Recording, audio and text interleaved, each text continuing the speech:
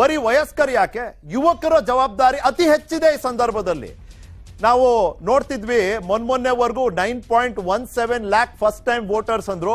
ಈಗ ರಿವೈಸ್ ಆಗಿ ಬಂದಿರುವಂತಹ ಡೇಟಾ ಹೇಳ್ತಿದೆ 11,71,558 ಫಸ್ಟ್ ಟೈಮ್ ವೋಟರ್ಸ್ ಈ ಬಾರಿ ಕರ್ನಾಟಕದಲ್ಲಿ ಇರುವಂತದ್ದು. ಅಂದ್ರೆ ಯುವಕರ ಪಾತ್ರ ಬರೀ ಫಸ್ಟ್ ಟೈಮ್ ವೋಟರ್ಸ್ಗೆ ಸೀಮಿತ ಆಗೋದಿಲ್ಲ, ಆ ಯುವ ಅನ್ನೋ ವಯೋಮಿತಿ. ಆದ್ರೆ ಫಸ್ಟ್ ಟೈಮ್ ವೋಟರ್ಸ್ ಒಂದ್ ರೀತಿಯಲ್ಲಿ ಫಸ್ಟ್ ಟೈಮ್ ಏನೇ ಮಾಡಿದ್ರು ಅದ್ರಲ್ಲಿ ಒಂದು ಥ್ರಿಲ್ ಇರುತ್ತಲ್ಲ.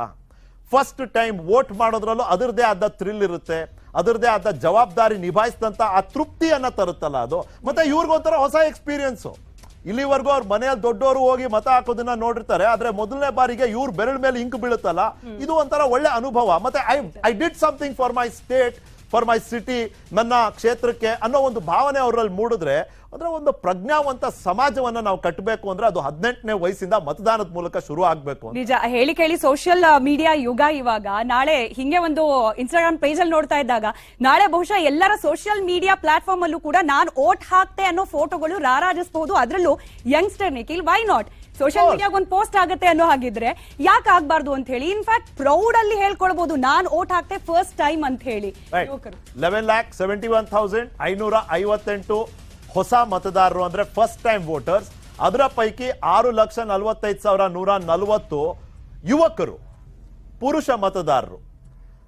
ಹಾಗೆ ಮಹಿಳಾ ಮತದಾರರ ಸಂಖ್ಯೆ 5,26,237. ಹಾಗೆ ತೃತೀಯ ಲಿಂಗಿಯರು 181. ಇದು ರಿಜಿಸ್ಟರ್ ವೋಟರ್ಗಳ ಸಂಖ್ಯೆನ ನಾವು ಇಲ್ಲಿ ಇಡ್ತಾ ಇದ್ವಿ. ಇನ್ನೊಂದು, ಈ ಫಸ್ಟ್ ಟೈಮ್ ವೋಟರ್ಸ್ ಅಥವಾ ಯುವ ಮತದಾರರು ಯಾಕೆ ತುಂಬಾ ಪ್ರಮುಖರಾಗ್ತಾರೆ ಅಂದ್ರೆ ಈ ಬೇರೆ ಏಜ್ ನಲ್ಲಿರುವ ಮತದಾರರು ಅಥವಾ ಈಗ ಆಲ್ರೆಡಿ ವೋಟಿಂಗ್ ಪ್ಯಾಟರ್ನ್ ಒಳಗಡೆ ಇರೋ ಮತದಾರರನ್ನ ಈಸಿಯಾಗಿ ಆಮಿಷಕ್ಕೆ ಒಳಪಡಿಸಬಹುದು ಅಂತ ಹೇಳಿ. ಈ ದುಡ್ಡು ಫ್ಯಾಕ್ಟರ್ ಆಗಿರಬಹುದು ಅಥವಾ ಜಾತಿ ವಿಚಾರಗಳಾಗಿರ್ಬೋದು, ಈ ರೀತಿಯ ಕ್ಯಾಲ್ಕುಲೇಷನ್ ಇದೆಯಲ್ಲ, ಯಂಗ್ ವೋಟರ್ಸ್ಗೆ ಅಷ್ಟು ಇನ್ಫ್ಲೂಯೆನ್ಸ್ ಆಗೋದಿಲ್ಲ. ಹಾಗಾಗಿ ಅವ್ರು ಏನ್ ವೋಟ್ ಹಾಕ್ತಾರೆ ಅದರಲ್ಲಿ ಮುಗ್ಧತೆ ಇದೆ ಈ ವೋಟ್ ಅಲ್ಲಿ ಅಂತ. ಈ ವೋಟ್ ಅಲ್ಲಿ ಒಂದು ಪ್ರಾಮಾಣಿಕತೆ ಇದೆ ಅಂತ. ಈ ಮುಗ್ಧತೆ, ಪ್ರಾಮಾಣಿಕತೆ ನಿಜವಾಗ್ಲೂ ಪ್ರಜಾಪ್ರಭುತ್ವದ ಒಂದು ವ್ಯವಸ್ಥೆಯನ್ನೇ ಬದಲಾವಣೆ ಮಾಡುವಂತ ಶಕ್ತಿ ಇರುವಂತದ್ದು ಈ ಎರಡು ಅಂಶಗಳಲ್ಲಿ. ನಾವು ಮಾತನಾಡಿಸಿದ್ವಿ ಒಂದಷ್ಟು ಜನನ್ನ, ಮೊದಲನೇ ಬಾರಿ ವೋಟ್ ಹಾಕ್ತಿದ್ದೀರಿ, ಏನ್ ಅನಿಸ್ತಿದೆ ನಿಮಗೆ, ಏನ್ ಹೇಳ್ತೀರಿ ಅಂತ ಕೇಳಿ ಹೀಗೆ ಹೇಳಿದ್ದಾರೆ. ನಂಗೆ 18 ಇಯರ್ಸ್ ಆಗಿದ ವರ್ಷನೇ ಎಲೆಕ್ಷನ್ ನಡೀತಿದೆ. ತುಂಬ ಖುಷಿ ವಿಚಾರ, ತುಂಬ ಎಕ್ಸೈಟ್ಮೆಂಟ್ ಅಲ್ಲಿದ್ದೀನಿ.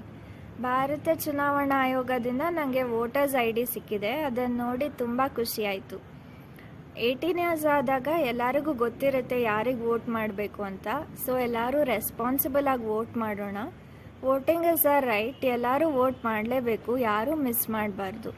ನಾಳೆ ನಾನು ನನ್ನ ಫಸ್ಟ್ ವೋಟ್ ಕಾಸ್ಟ್ ಮಾಡ್ತಾ ಇದ್ದೀನಿ. ನೀವು ಎಲ್ಲರೂ ವೋಟ್ ಮಾಡಿ, ಮಾಡಲೇಬೇಕು.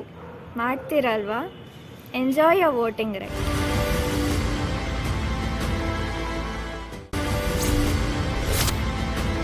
ನಾಳೆ ಎಲ್ರಿಗೂ ವಿಧಾನಸಭಾ ಎಲೆಕ್ಷನ್ ಇದೆ ಅಂತ ಗೊತ್ತು. ಸೊ ನಾನು ಈ ಟೈಮ್ ಫಸ್ಟ್ ಟೈಮ್ ವೋಟ್ ಮಾಡ್ತಾ ಇದ್ದೀನಿ ಆ್ಯಂಡ್ ನನಗೆ ಎಲೆಕ್ಷನ್ ID ಕಾರ್ಡ್ ಕೂಡ ಬಂದಿದೆ. ನಾನು ವೋಟ್ ಮಾಡ್ತೀನಿ, ನೀವು ವೋಟ್ ಮಾಡಿ, and this is a responsibility ಕೂಡ. ಸೊ ಮಿಸ್ ಮಾಡದೆ ಎಲ್ಲರೂ ವೋಟ್ ಮಾಡಿ. Thank you, all the best.